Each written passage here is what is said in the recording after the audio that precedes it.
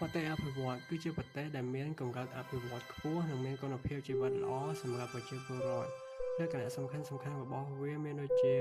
សេដ្ឋកិច្ចរឹងមាំហេដ្ឋារចនាសម្ព័ន្ធល្អបច្ចេកវិទ្យាទំនើបបរិស្ថានស្អាតគុណភាពផ្នែកច្បាប់ល្អប្រសើរឧទាហរណ៍ដូចនៅក្នុងសហរដ្ឋអាមេរិកមានច្បាប់កម្មសិទ្ធិ copyright ពន្ធអីគេរំតាំងខ្លាំងដោយមកវិញប្រទេសកំពុងអភិវឌ្ឍគឺជាប្រទេសដែលកំពុងខិតខំបង្កើនកម្រិតអភិវឌ្ឍសេដ្ឋកិច្ចសង្គមនិងបច្ចេកវិទ្យាលក្ខណៈសំខាន់វាមានដូចជាហេដ្ឋារចនាសម្ព័ន្ធមិនទាន់ពេញលេញដូចជាប្រព័ន្ធដឹកជញ្ជូនការអប់រំនិងសុខាភិបាលមិនទាន់ពេញលេញនិងមានគុណភាពខ្ពស់នៅឡើយហើយលក្ខណៈសំខាន់មួយទៀតគឺភាពក្រីក្រនិងវិសមភាពសង្គមអ្នកមាននិងអ្នកក្រហើយចំពោះចំណូលជាតិក្នុងម្នាក់នៅមានកម្រិតឧទាហរណ៍ប្រទេសកម្ពុជាក្នុងអាណត្តិថ្មីកំពុងអភិវឌ្ឍរឹតបន្តឹងច្បាប់ហើយចំណូលជាតិក្នុងម្នាក់ក្នុងឆ្នាំ2024មានការកើនឡើងដូចតទៅ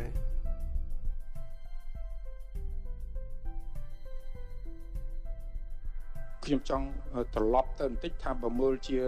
អ្វីដែលយើងថាជាការប្រែក្លាយជាគោលដៅជាចក្ខុវិស័យនៃការប្រែក្លាយកម្ពុជាទៅជាប្រទេសដែលមានជំរំប្រជុំកម្រិតខ្ពស់ខាងមុខនេះដើម្បីបានសម្រេចបានជាប្រទេសមានជំរំប្រជុំកម្រិតខ្ពស់គឺយើងត្រូវការតាមការកំណត់របស់ធនាគារពិភពលោកគឺត្រូវការផសសប្រមាណ 4,500 មិនមែនផសសសំទុះផលិតផលជាតិបាទហៅ GNP មិនមែន GDP ទេបាទសរុបគឺប្រមាណ 4,500 ប៉ុន្តែឥឡូវនេះយើងបាន3.3,000ទៅហើយបាទ7,3,000ទៅហើយព្រោះ 2,900 ជាងហើយជា GDP យកមកគណនាជា GNP វិញក៏មិនខុសគ្នាប្រមាណដែរអញ្ចឹងហើយថាជាការ Done. A good day.